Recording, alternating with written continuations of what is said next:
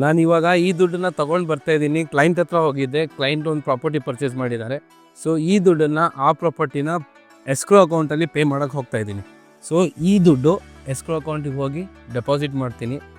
ನಾನು ಹೇಳ್ತೀನಿ, ನಿಮಗೆ ಗೊತ್ತಿಲ್ಲ ಅಲ್ವ ಏನು ಎಸ್ಕ್ರೋ ಅಕೌಂಟ್ ಅಂತ, ಬನ್ನಿ ಹೇಳ್ತೀನಿ ಏನು ಎಸ್ಕ್ರೋ ಅಕೌಂಟ್ ಅಂದರೆ. ಬೇಸಿಕ್ಲಿ ಎಸ್ಕ್ರೋ ಅಕೌಂಟ್ ಏನಂತ ಹೇಳಿದ್ರೆ, ಎಸ್ಕ್ರೋ ಅಕೌಂಟ್ ಇಲ್ಲಿ ಡೆವಲಪರ್ ಜೊತೆ ಮರ್ಜ್ ಆಗಿರುತ್ತೆ. ಸೊ ಇದು ಗೌರ್ಮೆಂಟಿಂದ, ಇಲ್ಲಿಂದ ಲ್ಯಾಂಡ್ ಡಿಪಾರ್ಟ್ಮೆಂಟಿಂದ ಅಪ್ರೂವ್ ಆಗಿರೋ ಅಕೌಂಟು. ಸೊ ಬೇಸಿಕ್ಲಿ ಏನಾಗುತ್ತೆ, ನೀವು ಬ್ಯಾಂಗ್ಳೂರಲ್ಲಿ ಪ್ರಾಪರ್ಟಿ ಪರ್ಚೇಸ್ ಮಾಡಿದ್ರೆ ನಿಮ್ಮ ದುಡ್ಡನ್ನು ನೀವು ಅಡ್ವಾನ್ಸ್ ಏನು ಪೇ ಮಾಡ್ತೀರಾ ಅದು ಡೆವಲಪರಿಗೆ ಹೋಗುತ್ತೆ.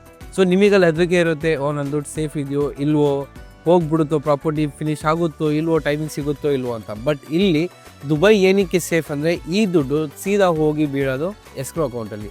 ಸೊ ಈ ಅಕೌಂಟು ಗೌರ್ಮೆಂಟ್ ಜೊತೆ ಮರ್ಜ್ ಆಗಿರುತ್ತೆ. ಸೊ ನಿಮ್ಮ ದುಡ್ಡು ಎಲ್ಲ ಹೋಗಿ ಅಲ್ಲಿಗೆ ಬರುತ್ತೆ.